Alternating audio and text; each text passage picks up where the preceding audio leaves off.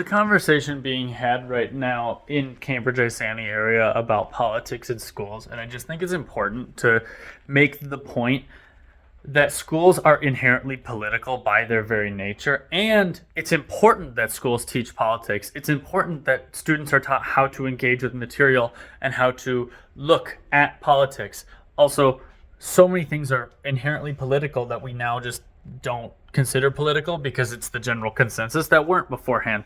Things like African American rights and the civil rights movement, things like LGBT rights, things like women's right to vote and the ability for them to own things like credit cards and have access to the workforce and things like that. Like, these are things that we just take for granted now that are inherently political. That if you make the argument we should not teach about politics in schools, you're arguing that we shouldn't teach about those things. You're just saying, no, no, no, we have to only teach the things that are culturally accepted, which is incredibly arbitrary. That's up to whoever is the one teaching. Like, it's important that we learn how these arguments are presented, how they are used, who gains power, who doesn't gain power. All these things are incredibly important. And if you're telling people we should not engage with politics in school as a concept, you just are advocating for an erasing of history. That's as simple as it gets. There's nothing more complicated to it than that. Like,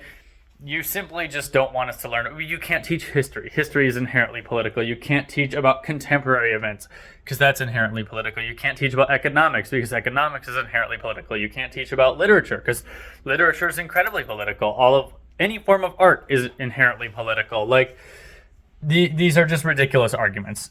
You need to be able to teach about politics, and you need to be able to explain who benefits and who doesn't benefit. And if you don't do that, you're ridiculous. That's what schools are for. Come on now. Let's not be stupid.